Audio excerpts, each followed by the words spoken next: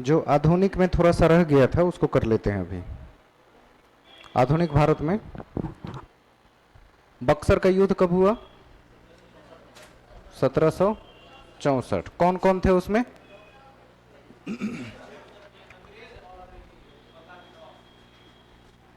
बक्सर के युद्ध में अंग्रेज के खिलाफ 3 लोग थे। कौन कौन?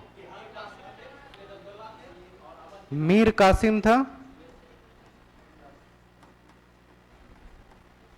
प्लस में मीर जाफर, प्लस मुगलों से कौन था उस समय? शाह आलम। हाँ, शाह आलम द्वितीय था।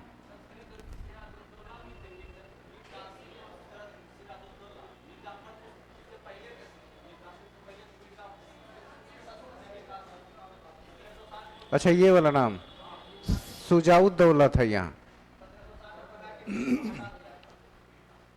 तो शाह आलम द्वितीय, मीर जाफर, ये सुजाउद्दौला, मीर कासिम, 3 लोग एक तरफ थे। और अंग्रेज में हेक्टर, क्या नाम था उसका?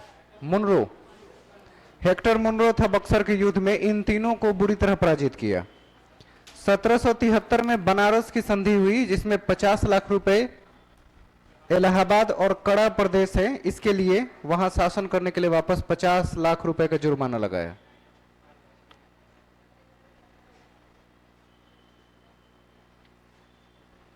इसको पढ़ लिया है लोगों ने आधुनिक में, लड़ाइयां वगैरह।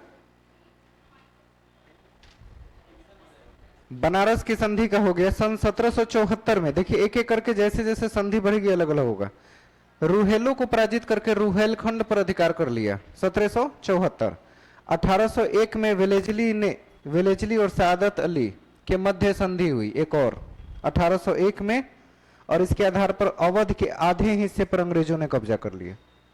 सादत अली अवध के नवाब में से एक थे। वेलेजली के साथ इनकी संधि हुई एक हार के बाद 1801 में, और ये भी इनके हाथ से निकल गया। आधा के आधा क्षेत्र अंग्रेजों ने अपने कब्जे में ले लिया। वेलेजली का उद्देश्य ही यही था, हड़प नीति को लेकर आया था और हर किसी के राज्य को हड़पने का प्रयास कर रहा था।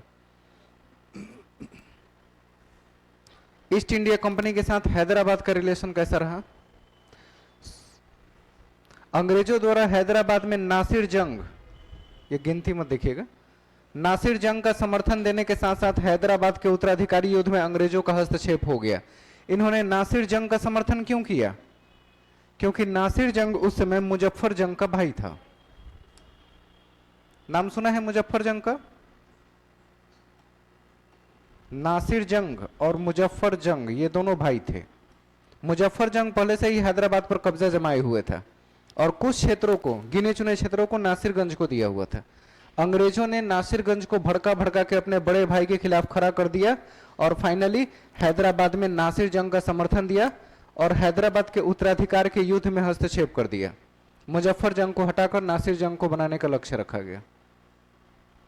मतलब अंग्रेज हर उस व्यक्ति के पास पहुंचे जिसको किसी से समस्या है, उसके बाद इसको इसके खिलाफ भड़काया, फिर दोनों को साइड किया, हैदराबाद पे कब्जा कर लिया।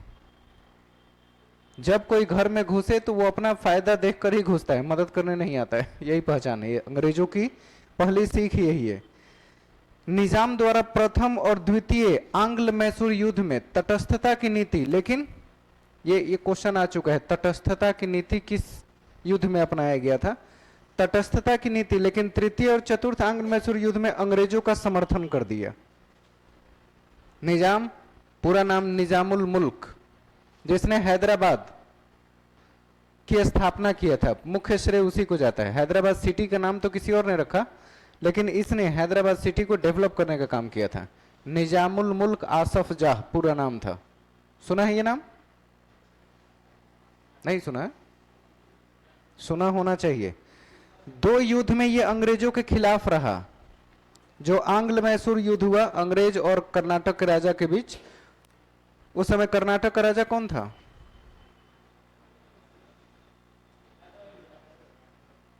ना, हैदर अली तो 1775 के बाद आता। कृष्ण चिक्का राव, नाम सुना है कभी? हाँ, कृष्ण चिक्का राव प्रथम और द्वितीय आंग्ल मैसूर युद्ध में था। उस समय कर्नाटक का राजा था जब कर्नाटक के खिलाफ हो रहा था।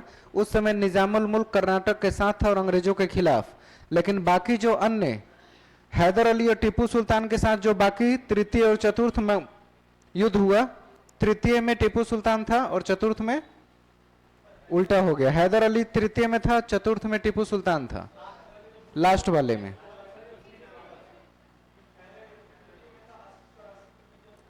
उस समय राजा नहीं था, सेनापति था कृष्ण चिक्का राव का।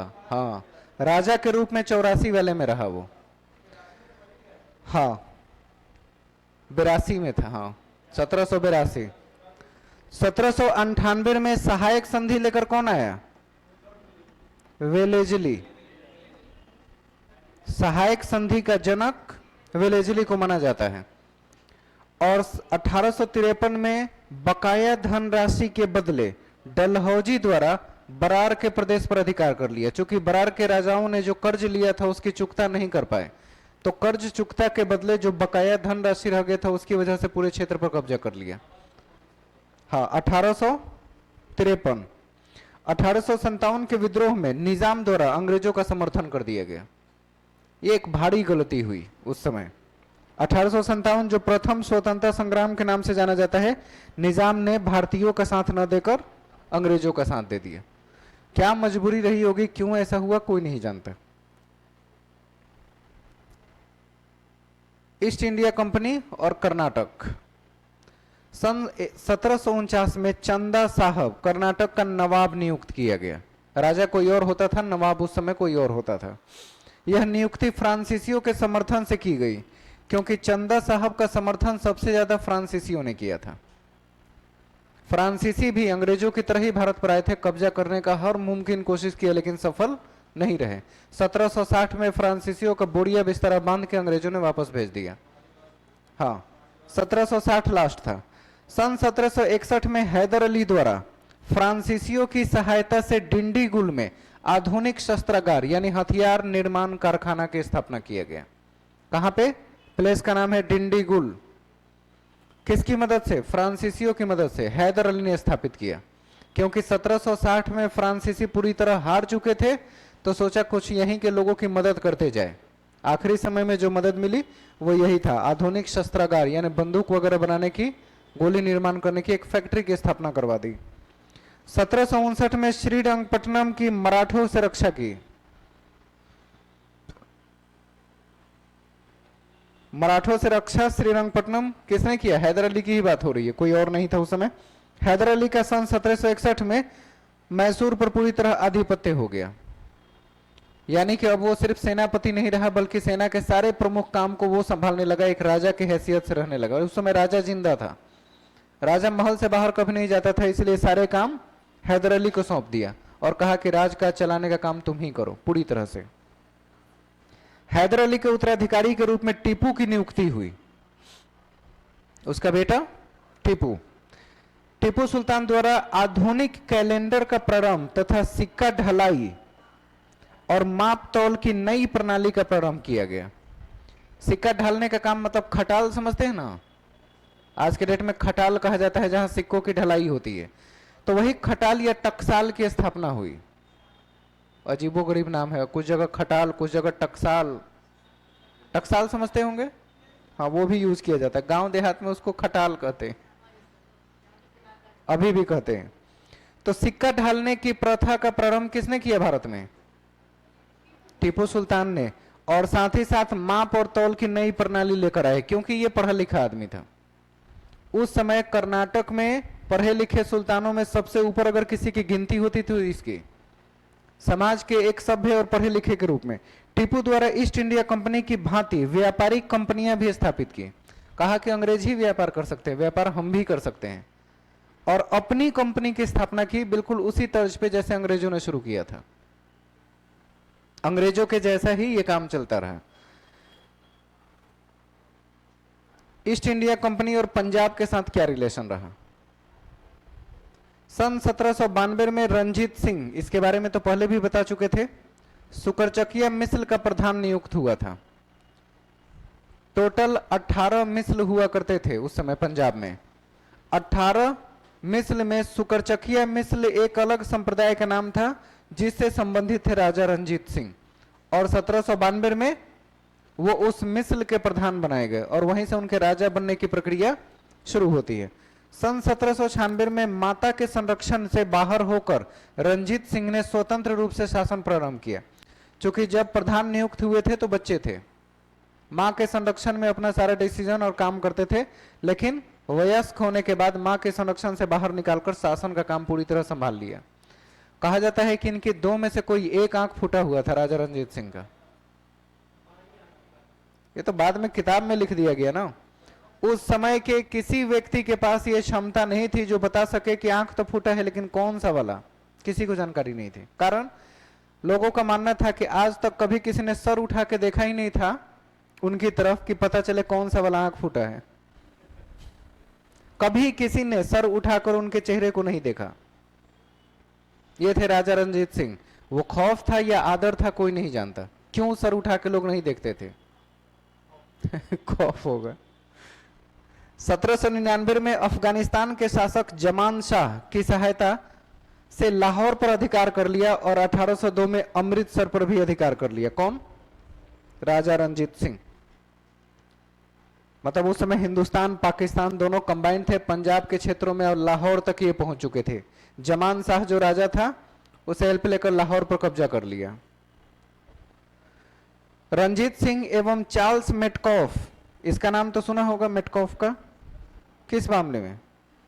इसके मध्य 25 अप्रैल 1809 को अमृतसर की संधि हुई। मेटकॉफ का नाम किस लिए जानते हैं? मॉडर्न इतिहास पे सबसे ज्यादा फोकस होना चाहिए था।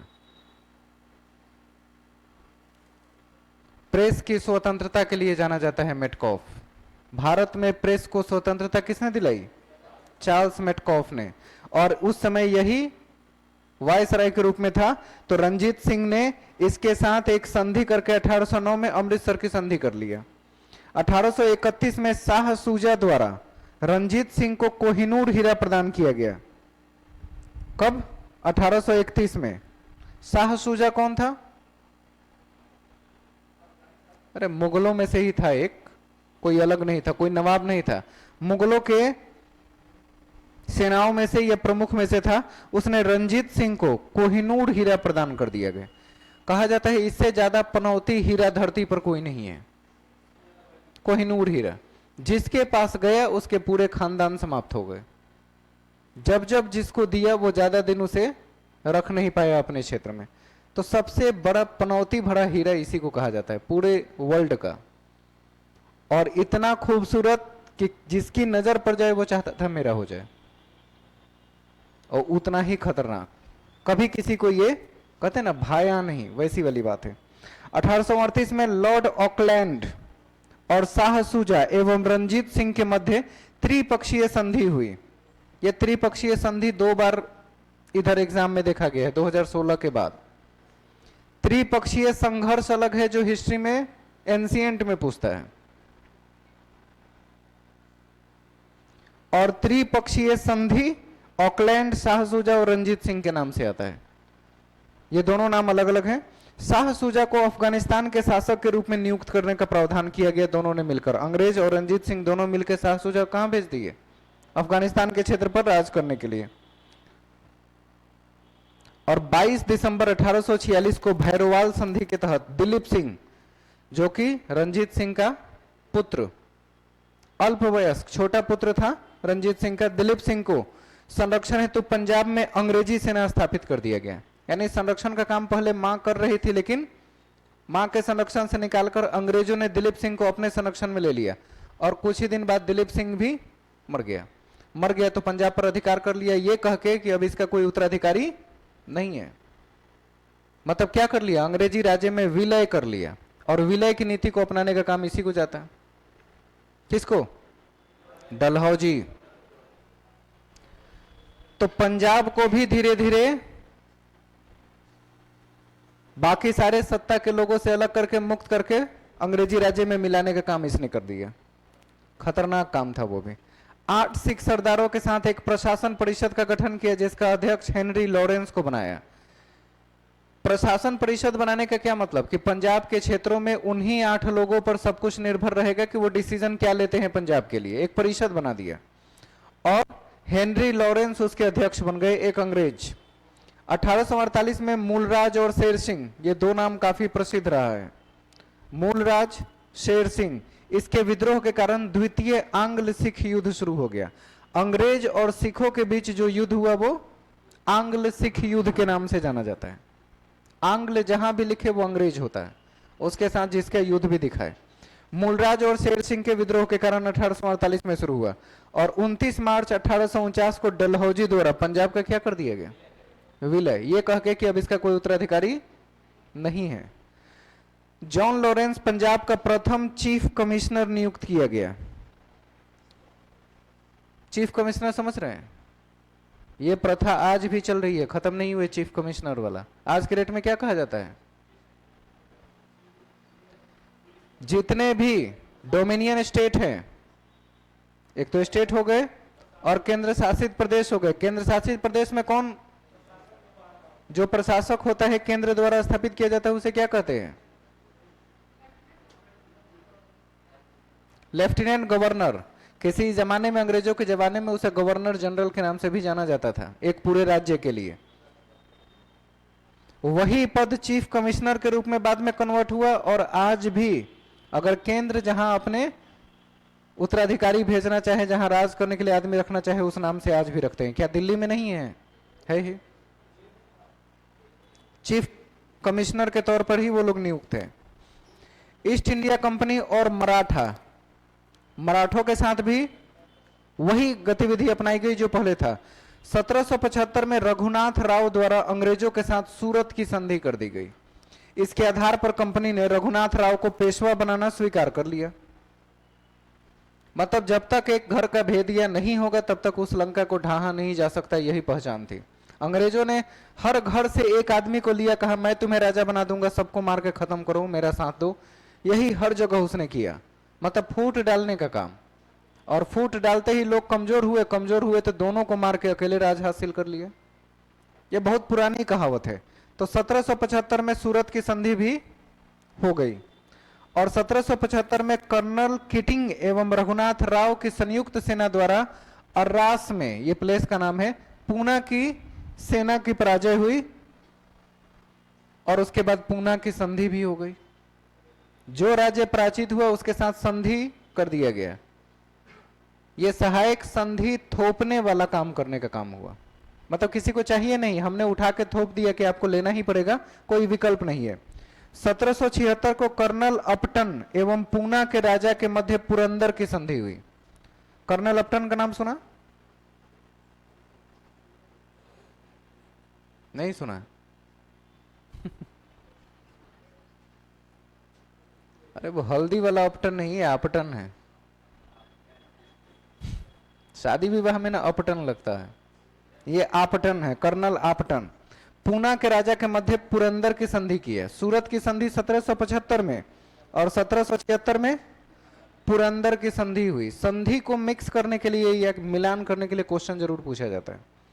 15 फरवरी 1779 को कर्नल मोवाड द्वारा अहमदाबाद पर अधिकार कर दिया गया। कर्नल मोवाड, ये बिल्कुल विचित्र नया नाम है जो कभी सुनने देखने को नहीं मिलेगा। कर्नल और वायसराय अलग अलग थे, उनके नाम भी अलग अलग आते हैं। अब देखिए सारी संधि एक साथ एक जगह।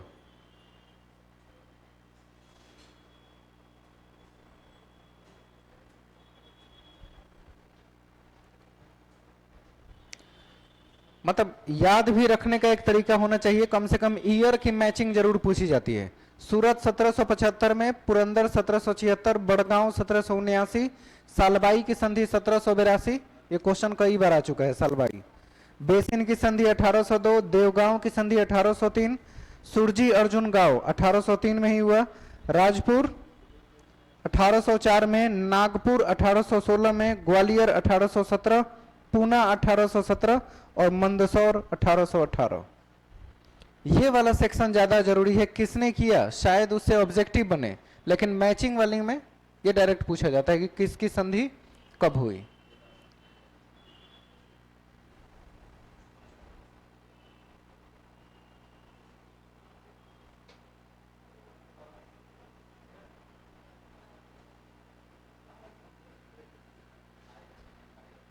कैसे याद रहेगा ध्यान में?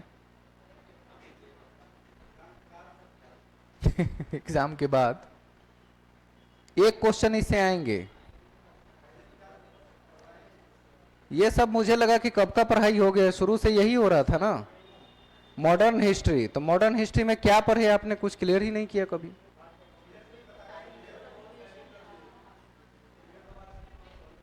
तो हमको यही पता है कि ये हो चुका है सब कुछ, इसलिए बीच में कभी हम पूछे ही नहीं।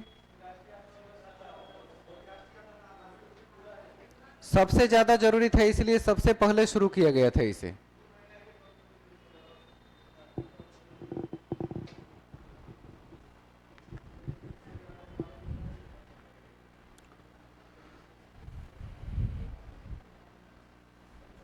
थोड़ा इसका शॉर्ट ट्रिक डेवलप कर लीजिए।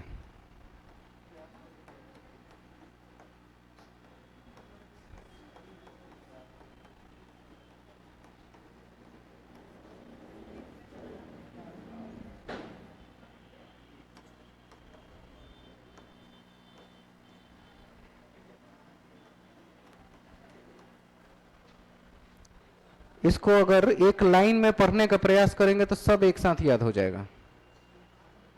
सबका शॉर्ट नेम है, जैसे अंग्रेजी में सेट करते हैं वैसे हिंदी में है। सुरपुर बरसल मंगबे देव, ऐसा लग रहा है जैसे कोई उच्चारण, जैसे कहते हैं ना धार्मिक किसी मंत्र का उच्चारण कर रहे हैं, बिल्कुल वैसा ही लगेगा, आधा अधूरा सा। 1 से 2 बार इसको देखिएगा, मुझे लगता है याद हो जाएगा। आधा से ज्यादा इसी नाम पर सेट है। सुरपुर बरसल मंगबे देव, देवगांव की संधि तक अब तो डायरेक्ट आ गए यहाँ। उसके बाद सुरजी राज, ये 2 पार्ट आप है, सुरजी और राजपुर की संधि। और पूना नाग, मतलब पूना और नागपुर है, बाकी तो 1817 दो एक ही जैसा है नाम, तो उसमें दिक्कत नहीं होगा। कहीं एक जगह लिख लीजिएगा तो मंत्र की तरह अगर याद रहे तब भी आपका काम चल जाएगा। ये सेटिंग्स थोड़ा सा ध्यान में है। 1775, 76, 79, 82, 1802, 3, 4, 82 के बाद सीधे 1802 में पहुंच जाना है। ये ध्यान रहेगा तो ये सेट करना बहुत आसान होता है, ईयर।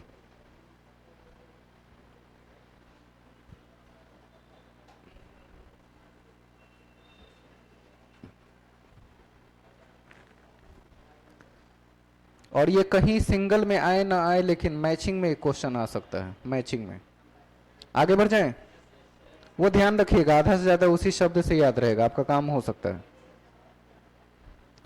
ईस्ट इंडिया कंपनी और मराठा, इसके साथ क्या स्थिति रही? प्रथम आंग्ल मराठा युद्ध के बाद सिंधिया की मध्यस्थता के कारण सालबाई की संधि हो गई थी। सालबाई 1802,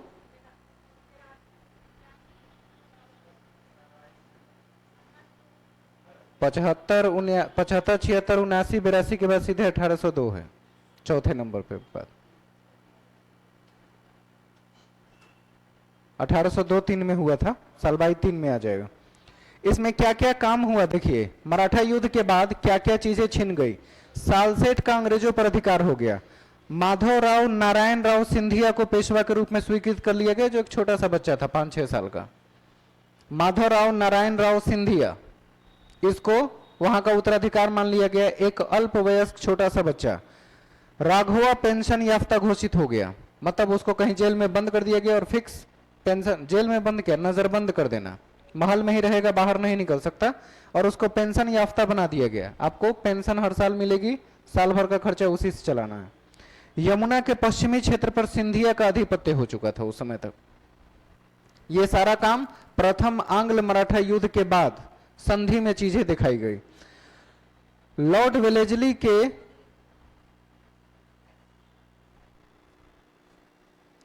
यहां मराठा लिखा हुआ है, मेरठो हो गया। मराठों के आंतरिक मामलों में हस्तक्षेप करने की नीति तथा सहायक संधि थोपने के कारण द्वितीय आंग्ल मराठा युद्ध प्रारंभ हो गया। सहायक संधि जब किसी पर भी थोपी जाएगी जबरदस्ती, तो वहां कुछ फूट उत्पन्न होगी, युद्ध की बातें आ ही जाएंगी, और यही थोपने की वजह से द्वितीय आंग्ल मराठा युद्ध की शुरुआत हो गई। बाजीराव और अंग्रेजों के मध्य 31 दिसंबर 1802 को फिर बेसिन की संधि करा दी गई, और इसी संधि के तहत ये युद्ध शांत हुआ। जब जब युद्ध हुआ है उसको दबाने के लिए कोई ना कोई संधि बीच में हुई है। 1 जून 1818 को बाजीराव का जॉन मैल्कम के समक्ष आत्मसमर्पण कर दिया गया। जॉन मैल्कम उस समय वहां का कर्नल था, सेना प्रमुख, उसके आगे आत्मसमर्पण हो गया और तब से पूना पर अंग्रेजों का पूरी तरह अधिकार हो गया, क्योंकि बाजीराव पेशवा जो था वो अपने आप को सौंप दिया। और पूना पर अधिकार किसका हो गया फिर? अंग्रेजों का पूरी तरह से। ईस्ट इंडिया कंपनी का भारतीय रियासतों के प्रति क्या व्यवस्थाएं रही? भारत में कितने रियासत थे उस समय? कितना? 567। 567 रियासतें थी, मतलब पूरा इंडिया छोटे छोटे टुकड़ों में बटा हुआ था। और इसलिए अंग्रेजों को काम आसान कर दिया। टुकड़ों में रहना यानी दूसरों से नफरत, दुश्मनी और उसका फायदा उठा के हर किसी पे कब्जा करने का काम। वॉरेन हेस्टिंग्स, ये तो नाम सुना होगा, रिंग फेंस की नीति लेकर आए। रिंग फेंस क्या होता है? घेरे की नीति, मतलब किसी एक को अपने सपोर्ट में लेना, दूसरे को घेरना और दोनों के राज्य को कब्जा कर लेना। रिंग फेंस की नीति कहलाई किसने लाया था? वॉरेन हेस्टिंग्स ने लाया था। वही 1772 वाला हेस्टिंग्स वही है, कोई और नहीं। सहायक संधि के आधार पर कई राज्यों का अंग्रेजी प्रशासन में विलय कर लिया गया। सहायक संधि थोप थोप के कि मैं आपको सहायता करूंगा, युद्ध में हथियार दूंगा, ऐसा कह करके लोगों को भरमा के बर्बाद कर दिया। कोर्ट ऑफ डायरेक्टर द्वारा विलय की नीति को प्रारूप की रचना की गई। कोर्ट ऑफ डायरेक्टर कहां? लंदन। ईस्ट इंडिया कंपनी के कोर्ट ऑफ डायरेक्टर्स ने विलय की नीति को लिया और किसको भेज दिया विलय की नीति के साथ? डलहौजी को। भारत पर थोपने के लिए डलहौजी को विलय की नीति के साथ यहां भेजा गया था। मार्च 1835 में असम में जयंतिया के राजा की भूमि का अधिग्रहण कर लिया गया। जयंतिया वहां के एक जनजाति का नाम है। उस समय असम, मेघालय ये सब कंबाइंड हुआ करते थे, तो गारो, खासी, जयंतिया ये तीनों वहां के प्रमुख पहाड़ भी हैं मेघालय के, और तीनों प्रमुख जनजाति भी है। क्या क्या नाम है? गारो, खासी, जयंतिया। 3 प्रमुख पहाड़ का भी नाम है और वहां की जनजाति का भी नाम है।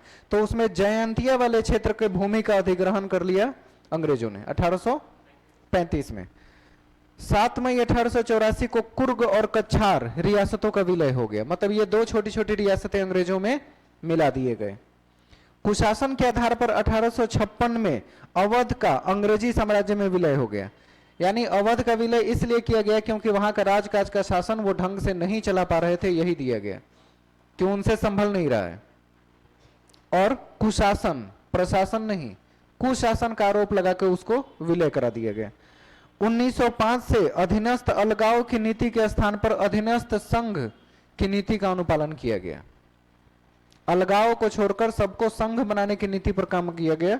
और 1927 में रियासतों की समिति और बटलर समिति की नियुक्ति हुई। 1927 एजुकेशन आयोग आई थी, ये बटलर कमीशन के नाम से उसे जाना गया। कश्मीर के भारत संघ में विलय के पत्र पर 26 अक्टूबर 1947 को हस्ताक्षर हुए थे राजा हरि सिंह और पंडित जी के बीच। इस विलय पर हस्ताक्षर किया गया। राजा हरि सिंह उस समय कश्मीर के राजा थे और पंडित जवाहरलाल नेहरू भारत के पहले प्रधानमंत्री। इन दोनों के बीच जो वार्तालाप हुए उसमें यही था कि या तो तुम भारत में शामिल हो जाओ या बर्बाद हो जाओ, 2 ही ऑप्शन था। फाइनली हरि सिंह ने लेटर भेजा और कहा कि हम भारत में शामिल होने के पक्ष में हैं, आप जल्दी से जल्दी हमारी मदद भेजें। और रातों रात मदद वहां पहुंच गई, श्रीनगर बेस पर एयरपोर्ट उसी समय बनाया गया। पाकिस्तान पहले निकल चुका था तभी तो मदद मांगे। पाकिस्तान हर उस स्थान पे गया था जिस समय भारत कब्जा नहीं हुआ था, यहां तक कि लक्षद्वीप में भी गया था, लेकिन देखा वहां भारत का झंडा पहले से लगा हुआ है तो अपने जहाज मोड़ लिए। हर उस क्षेत्र पर पहुंचने का प्रयास किया, उसे लगा कि इस क्षेत्र पर हम कब्जा कर ले, लेकिन हमारे यहां थे लौह पुरुष सरदार वल्लभ भाई पटेल। उन्होंने कहा कि कुर्सी वहां रहने दीजिए, पहले मुझे भारत को इकट्ठा करने दीजिए। होम मिनिस्टर बने थे ना पहले, उन्होंने होम बनाने का काम किया, होम मिनिस्टर होने के नाते। कहा कि अब तक जहां भारत नहीं पहुंचा था उन सभी क्षेत्रों पर मैं जाकर अपना झंडा लगा दे रहा हूं ताकि कोई घुसने का प्रयास न करे, और वही किया। एक देश बनाने में कितनी मेहनत की होगी इसका अंदाजा कोई कर भी नहीं सकता है, क्योंकि जिस रियासत में गए सब अकड़े हुए राजा, क्यों जाए आपके साथ? बोला नहीं जाएंगे तो गर्दन तोड़ के ले जाएंगे। वैसे भी लंबा चौड़ा आदमी आधा लोग देख के ही डर जाता था। 6.25 फीट हाइट था, 6.25 फीट लंबाई चौड़ाई, वजन ऐसा कि मतलब कहा ना जा सके। जिससे जाके उन्होंने कहा, वो सब तैयार हुए कि हाँ ठीक है, हम आपके साथ आने को तैयार हैं। कुछ लोग थे जैसे जूनागढ़, हैदराबाद, इन सब लोगों को बाद में जबरदस्ती शामिल किया गया कि नहीं होगे तो तुमको बर्बाद कर दिया जाएगा। सिक्किम तो 1775 में इंदिरा गांधी के काल में अपनाया गया था, उस समय की तो बात ही नहीं है।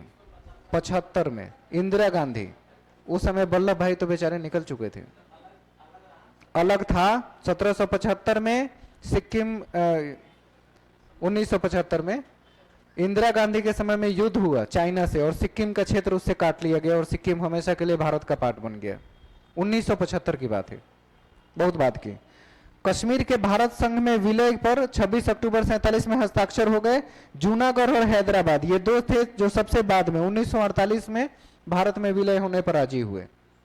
कौन कौन? जूनागढ़ और, ये दोनों अक्सर एग्जाम में पूछे जाते हैं कि कौन से दो थे जो राज्य में विलय नहीं हो रहे थे।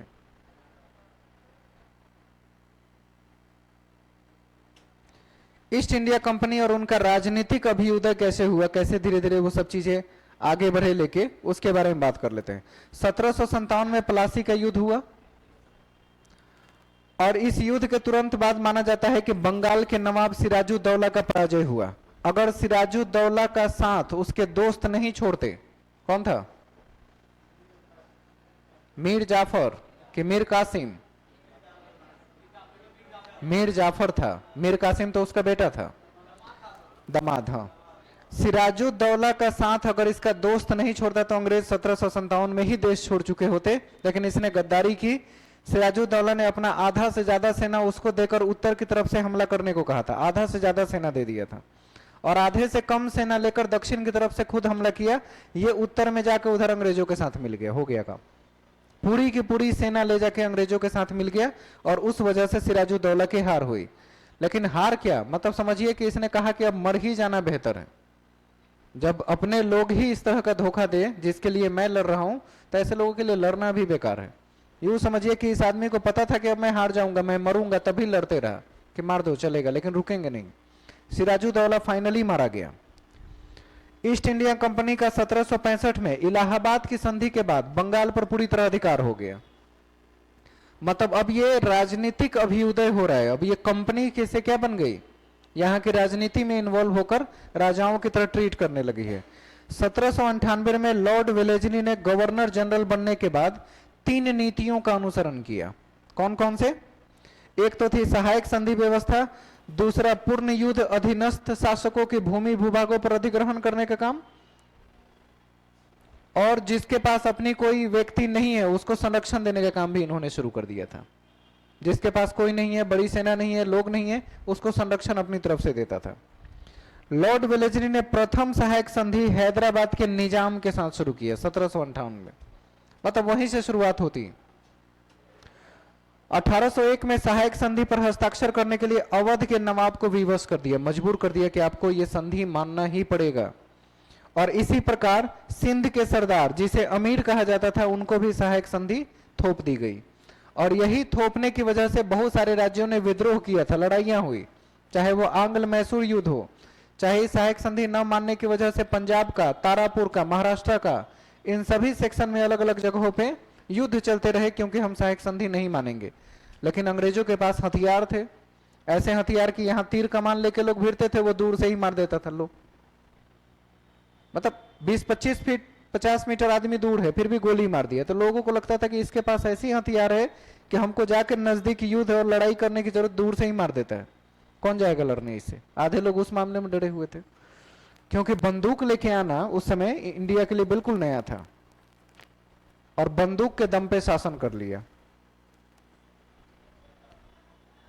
इसके बाद देख रहे हैं सिंध का 1843 में सर चार्ल्स नेपियर द्वारा अंग्रेजी राज्यों में विलय कर दिया गया। चार्ल्स नेपियर, सब नाम ही नया नया सा लग रहा होगा। प्रमुख सिख विद्रोह हुए जो मूलराज के नेतृत्व में मुल्तान में और दूसरा छतर सिंह के नेतृत्व में लाहौर के निकट 2 सिख युद्ध हुए थे। मूलराज का नाम कई बार आ चुका है, ये किससे संबंधित है? सिख युद्ध से है। 2-3 बार ये नाम हम 2015-16 के बाद के क्वेश्चन में देख चुके हैं। संपूर्ण भारत पर अंग्रेजों का आधिपत्य 1857 तक जाते जाते हो गया, पूरी तरह से कब्जा कर लिया। और 1848 में लॉर्ड डलहौजी ने उत्तराधिकार अपहरण का सिद्धांत लागू किया। मतलब जिसका कोई उत्तराधिकार नहीं है उसको हम क्या कर लेंगे, राज्य को अपने में मिला लेंगे। तो उत्तराधिकार अपहरण का सिद्धांत कहा गया, यह डलहौजी की देन मानी जाती है। Doctrine of lapse. सन 1772 में अंग्रेजी प्रशासन ने बंगाल में द्वैध शासन को समाप्त कर दिया गया। ये क्वेश्चन फेवरेट क्वेश्चन है बीपीएससी का। द्वैध शासन की समाप्ति किसने किया? वारेन हेस्टिंग्स ने। 1772 द्वैध शासन की समाप्ति। द्वैध शासन मतलब क्या? राजा कोई और, मुखौटा किसी और का। इसका मतलब समझ रहे हैं?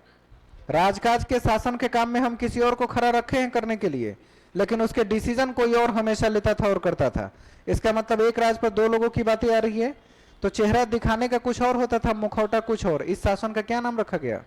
द्वैध शासन रखा गया। मतलब चेहरा किसी और का, मुखौटा किसी और का इस्तेमाल करके शासन को चलाना द्वैध शासन के रूप में जाना गया। 1773 में रेगुलेटिंग एक्ट को पारित किया गया और कलकत्ता में सर्वोच्च न्यायालय की स्थापना इसी एक्ट के तहत हुई। 1773 रेगुलेटिंग एक्ट, वारेन हेस्टिंग्स के समय ही। बाद में उसका स्थान परिवर्तन करके दिल्ली बना दिया गया। सुप्रीम कोर्ट कहाँ है अब? स्थापना कहाँ हुई थी? कलकत्ता में। कौन से एक्ट के तहत? Regulating act 1773।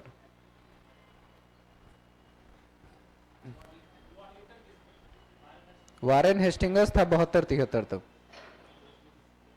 वारेन हेस्टिंग्स 1813 के चार्टर एक्ट के अनुसार भारत में कंपनी के व्यापारिक एकाधिकार को समाप्त कर दिया गया और भारत के साथ व्यापार करने का अधिकार समस्त ब्रिटिश प्रजा को प्रदान कर दिया गया। यानी पहले सिर्फ एक कंपनी आई थी भारत में व्यापार करने के लिए, लेकिन 1813 के चार्टर एक्ट ने न सिर्फ कंपनी को बल्कि वहां के सभी लोगों को यह खुली छूट दे दी कि आप भारत के साथ व्यापार कर सकते हैं। दोनों में बातें क्लियर हुई? पहले सिर्फ कंपनी व्यापार कर सकती थी, अब उसके बाद हुआ कि वहां के कोई भी प्रजा, कोई भी आदमी आप चाहे तो भारत के साथ व्यापार कर सकते हैं। कंपनी का एक अधिकार समाप्त कर दिया गया।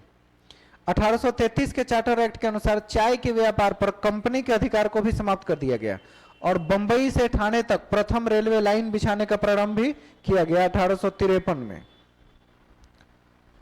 चाय का व्यापार पर अधिकार सिर्फ अंग्रेजों का ही था। चाय के व्यापार करने के लिए वो चाइना पहुंचे थे और कब्जा कर लिया। चाइना पर भी कब्जा के पीछे व्यापार ही कारण था। चाय के व्यापारी बन के वहां गए थे, धीरे धीरे उन क्षेत्रों पर कब्जा कर लिया और जाके वो भी 1949 में उनको छुटकारा मिला उससे।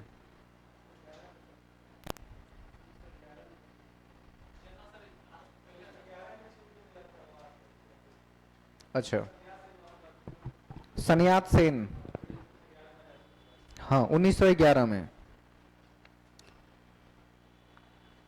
प्रथम टेलीग्राफ लाइन। टेलीग्राफ लाइन किस चीज के लिए था? सूचना एक स्थान से दूसरे स्थान भेजने के लिए टेलीग्राफ लाइन का प्रयोग किया जाता था। खुफिया सूचनाएं हो या सरकारी सूचनाएं जो भी हो। कलकत्ता से आगरा तक सबसे पहला टेलीग्राफ लाइन 1853 में प्रारंभ किया गया। यह भी किसके काल में? डलहौजी के ही काल में। रेलवे उसी के काल में आया, टेलीग्राफ लाइन और साथ ही साथ पोस्ट ऑफिस, 3 चीज लेके आया था। पोस्ट ऑफिस की शुरुआत भी इसी के काल में मानी जाती है। पत्र व्यवहार 1765 में ईस्ट इंडिया कंपनी को बंगाल, बिहार और उड़ीसा तीनों की कंबाइंड दीवानी अधिकार प्राप्त हो गया। मतलब टैक्स वगैरह वहां से वसूलना और अंग्रेजों तक पहुंचाने का काम।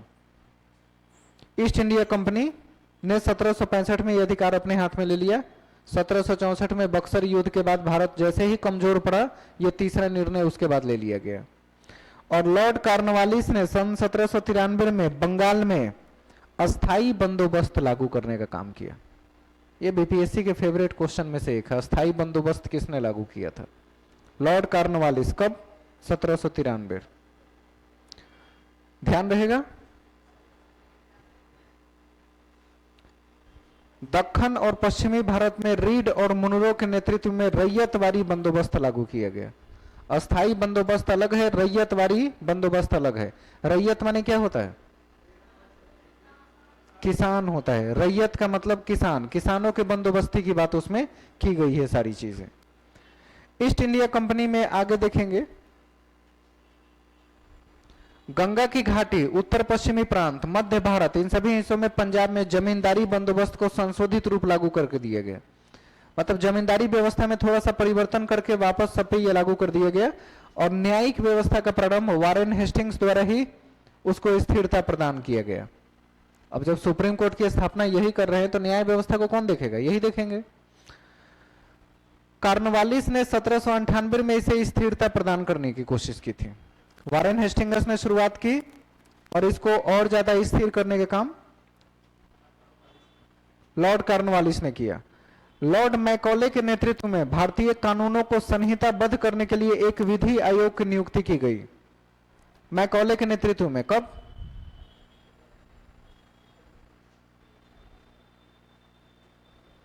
(1833) का चार्टर एक्ट के रूप में। कौन सा? 33 के चार्टर एक्ट के रूप में लाया गया इसको। 1829 में ब्रिटिश सरकार ने सती प्रथा को गैर कानूनी घोषित कर दिया गया। कौन थे वो? William Bentinck. और भारत से कौन थे? राजा राम मोहन राय। इन दोनों ने मिलकर सती प्रथा को गैर कानूनी घोषित करवा दिया। शिशु हत्या को रोकने के लिए 1795 और 1802 में कानून बनाए गए। मतलब होता था ना उस समय कि लड़कियों के पैदा होने पर या तो उसे मार दिया जाता या जिंदा दफन कर दिया जाता था, तो शिशु हत्या पर प्रतिबंध लगा दिया गया। अंग्रेजों ने यह काम भी किया। हॉर्डिंग ने नर बलि की प्रथा को समाप्त करने के लिए कानून बनाए। मतलब जनजातीय क्षेत्रों में उस समय इंसानों की बलि दी जाती थी देवी देवताओं के सामने। मतलब किसी को कहीं से पकड़ लिया और पता चले उसको बलि के दिन भेंट चढ़ा दिए, तो उस नर बलि की प्रथा पर भी रोक लगाने का काम अंग्रेजों ने किया। और नर बलि की यह प्रथा गोंड नामक आदिम जनजाति में प्रचलित थी। ये आज भी अभी खत्म नहीं हुआ है, पता नहीं चलता है। अरे इतने लोग मतलब उठ जाते हैं, गायब हो जाते हैं, कहां पता चलता है कि कहां गया नहीं गया। बहुत से लोगों की खबर नहीं है। ये नर बलि की प्रथा आज भी जिंदा है, असम के क्षेत्रों में है। असम के क्षेत्रों में अभी भी जिंदा है, ये रुका नहीं है। हाँ, सरकार द्वारा हिंदू विधवाओं के पुनर्विवाह के लिए 1856 में कानून बना दिया। सती प्रथा तो खत्म किया ही, और वो महिलाएं जो विधवा हो चुकी है उनको दोबारा जीवन में मेन स्ट्रीम में लाने का प्रयास किया गया। 1856 में इनके लिए कानून बना दिया अंग्रेजों ने कि ये दोबारा विवाह के पात्र होंगे। 1856 में वही थे, लॉर्ड कैनिंग। भारत में ब्रिटिश राज्य का आर्थिक प्रभाव कैसा रहा? इंग्लैंड में औद्योगिक क्रांति हो गई, कब? 1811 में। और इतना ज्यादा वहां कपड़ों का उत्पादन हुआ, सूती वस्त्रों का, कि उसके लिए एक बड़ा बाजार चाहिए था। और हिंदुस्तान से बड़ा बाजार उनके लिए कोई उस समय था नहीं, इतनी बड़ी जनसंख्या वाला। तो उन्होंने औद्योगिक क्रांति के फलस्वरूप सूती वस्त्रों में जबरदस्त काम किया और सूती वस्त्रों के बाजार के रूप में इंडिया और चाइना को सेलेक्ट किया और भरपूर व्यापार किए, बहुत पैसा कमाया। नए बाजारों की आवश्यकता को ध्यान में रख के उन्होंने साम्राज्यवादी नीति का काम शुरू किया कि अपना साम्राज्य और फैलाया जाए। और उस समय भारत एक मुख्य बाजार के रूप में देखा जाता था, नीड के रूप में। 1600 से 1757 तक ईस्ट इंडिया कंपनी की भूमिका एक व्यापारिक निगम के रूप में की गई, कॉर्पोरेट सेक्टर के रूप में भारत पहुंचा था वो। 1717 में कंपनी को मुगल शासकों से बंगाल में व्यापार करने के लिए कई विशेष सुविधाएं प्राप्त हुई। मतलब आया, पे किया और उसके बदले सुविधाएं प्राप्त की। हुगली से ये काम शुरू किया था 1717। उस समय कौन था?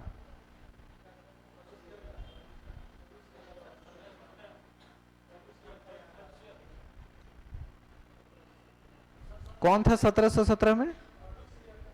फर्रुख सियर।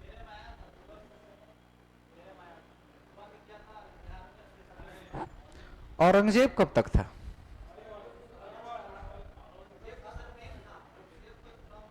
फर्रुख सियर प्रांत में था उस समय, हुगली प्रांत का गवर्नर या सूबेदार बनाया गया था। उस समय सारा काम 1707 1717 तक सब कुछ यही देख रहा था। 1680 के बाद तो वो बना ही था राजा। उस समय तो दक्षिण में था वो। कौन मर चुका था? औरंगजेब। 1707 के बाद की बात करें, उस समय शासन यही था। लेकिन 1717 में मुगल शासकों से बंगाल में व्यापार करने का अधिकार लिया। इसका पूरा श्रेय तैयार करने का 1717 के जस्ट पहले चार्ल्स प्रथम भी भारत आ चुका था, वो भी आके गया हुआ था चार्ल्स प्रथम। तो बंगाल में व्यापार करने का अधिकार भी अंग्रेजों ने फाइनली ले लिया। कितना? 30,000 रुपया सालाना पैगोड यहीं से शुरू हुआ था। तो बिना घूस दिए कैसे हुगली मिला? हाँ, अंग्रेजों ने भारत में अपनी आंशिक नीतियों का निर्धारण ब्रिटिश व्यवस्था की अवधारणा के अनुरूप कर दिया गया था। मतलब निर्धारण के काम भी ब्रिटिश कानूनों से प्रभावित थे।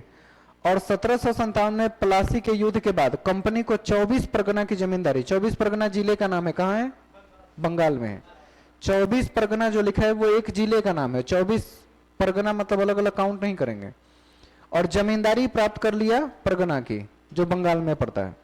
1765 में बक्सर के युद्ध के बाद शाह आलम द्वितीय ने बंगाल, बिहार और उड़ीसा इन तीनों की जमींदारी प्राप्त की। और इन्हीं से आने वाले जो टैक्सेस के पैसे होते थे उसी से इनका जीवन चलता था।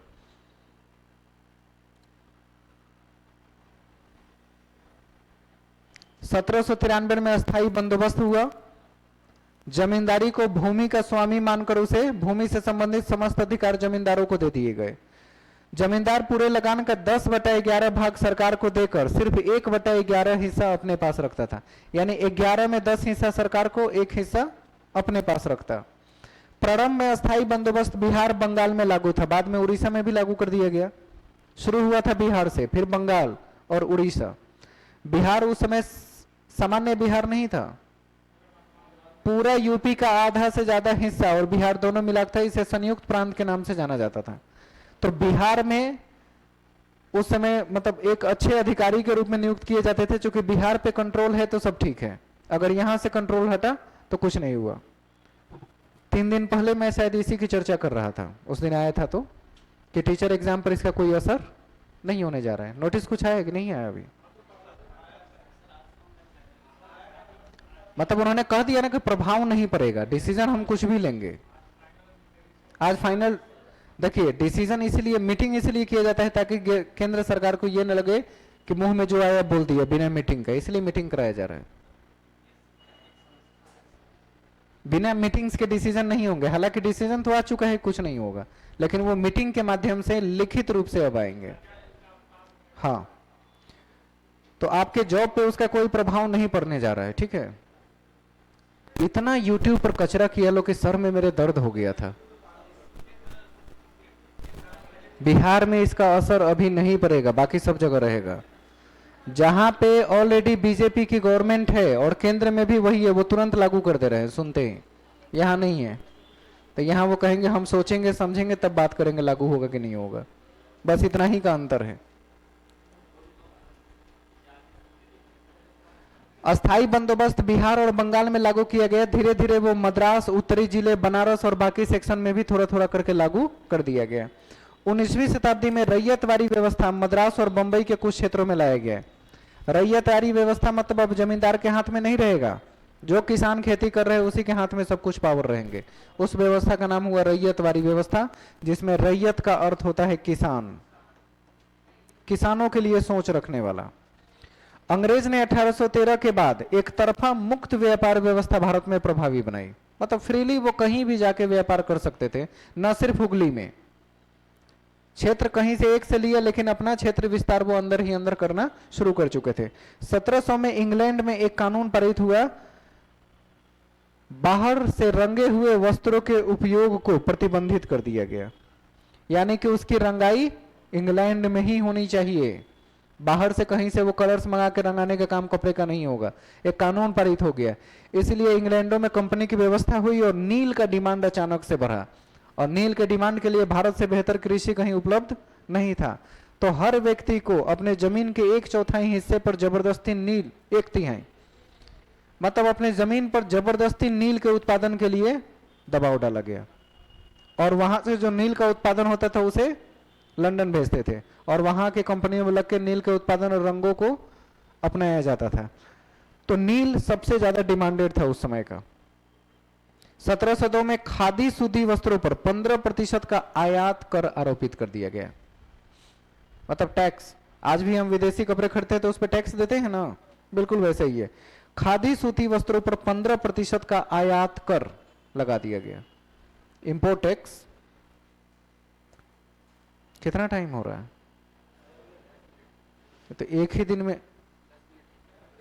ही दिन में बहुत ज्यादा सर का बोझ हो जाएगा। हालांकि ये पीडीएफ आपको मिल जाएगा, देखिएगा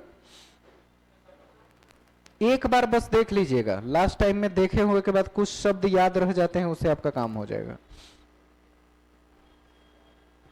दादा भाई नौरोजी ने धन के निष्कासन का सिद्धांत प्रतिपादित किया। धन का निष्कासन, दादा भाई नौरोजी 1833 में। हा?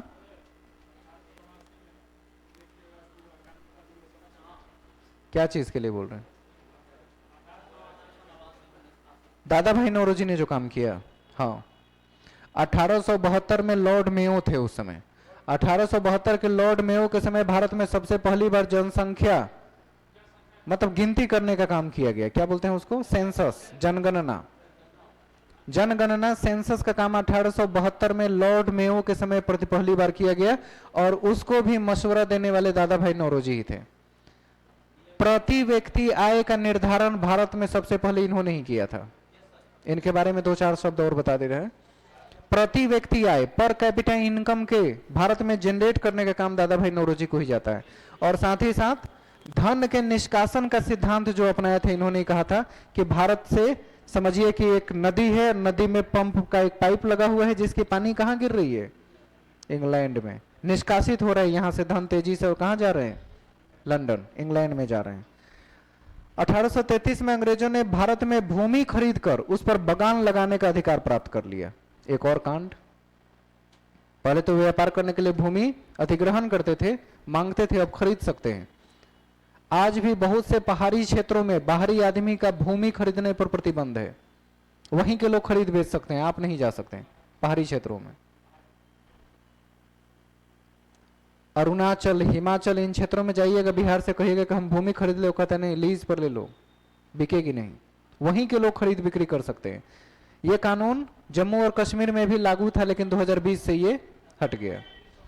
हाँ, भारत में प्रथम चाय बागान 1835 में लगाया गया। कहां पे? असम में लगाया गया था। असम के क्षेत्रों में शुरू हुआ। और प्रथम कपड़ा मिल की स्थापना 1853 में कावस जी नाना भाई ने बंबई में शुरू की, और यह असफल रहा। क्या रहा? कावस जी नाना भाई ने इस बिजनेस की शुरुआत की कपड़ा मिल के रूप में भारत में 1853 में, और यह असफल रहा। मतलब यह कंपनी यहां काम नहीं स्टे कर पाई। प्रथम जूट मिल की स्थापना 1855 में रिसरा, बंगाल में की गई। अंग्रेजों की व्यापारिक नीति के कारण अनेक लघु एवं कुटीर उद्योग नष्ट हो गए, क्योंकि वो उद्योगों पर कब्जा करके उसे बृहद रूप में बनाने लगे थे। तो छोटे उद्योग धीरे धीरे नष्ट हो गए, जिसके फलस्वरूप शिल्पी, श्रमिक बेरोजगार हो गए, और इसके कारण उन्हें कृषि की ओर उन्मुख होना पड़ा, जिसके फलस्वरूप कृषि पर जनसंख्या दबाव में वृद्धि हो गई। मतलब आदमी ज्यादा, काम कम। बहुत से लोगों के जो अपने उद्योग, छोटे मोटे काम करने का स्थान छीन गया, यही हुआ। 2020 के जस्ट पहले यह घटना भारत में दोबारा हुई थी, जीएसटी आ जाने की वजह से। जितने ऐसे उद्योग थे वो सब बंद करके कुछ दूसरे काम में लग गए, मजदूरी पे लग गए, उतर आए, क्योंकि उनके पास वो चीज नहीं थी। और कोई भी सरकार किसी कंपनी से कोई माल खरीद रही थी तो उसका जीएसटी नंबर चाहिए होता था। पहले क्या था, किसी आदमी को लगा दिया गया, पूरे मार्केट का सामान खरीद के भेज देता था गवर्नमेंट को। अब क्या हुआ कि जहां से खरीदेंगे वहां बिल बनेगा, बिल पर जीएसटी नंबर होना चाहिए, तभी आपका सामान परचेज होगा। तो जिसने लाखों का सामान बना के रखा हो, जीएसटी नंबर नहीं, उसका सामान क्या हुआ? बर्बाद। या बड़े कंपनियों ने उसको सस्ते भाव में खरीद के अपने हिसाब से बेच दिया। ये अभी भी होता है, ऐसा नहीं है कि ये खत्म हो गया। कुटीर उद्योग, लघु उद्योग को खत्म करने का हर मुमकिन कोशिश की जाती है, लेकिन कुछ अभी भी बचे हुए हैं। सामाजिक और धार्मिक सुधार आंदोलन इसके बाद है। ये आंदोलन तो पढ़ चुके हैं आप, ये सब आंदोलन पढ़े हुए हैं ना। तो जब आंदोलन पढ़े हुए हैं तो आंदोलन सुधार आंदोलन है। सुधार आंदोलन के बाद थोड़ा सा और आगे बढ़ेंगे तो टीपू सुल्तान और हैदर अली के बारे में थोड़ा सा अध्ययन करेंगे। युद्धों को थोड़ा सा और डिटेल देखने को आगे मिलेगा। आज इतना ही रहने देते हैं, फिर टाइम मिला तो इस पर डिस्कस करेंगे। लेकिन जो पीडीएफ आपको वापस दिया जा रहा है उसे एक बार गहराई से जरूर पढ़ जाइएगा। मॉडर्न में अगर कोई क्वेश्चन आएगा तो इससे बाहर नहीं आएगा। जितना है उतना कोशिश किया गया है कि कम से कम में दे दिया जाए। स्मॉल पीडीएफ है, शॉर्ट सारी चीजें हैं।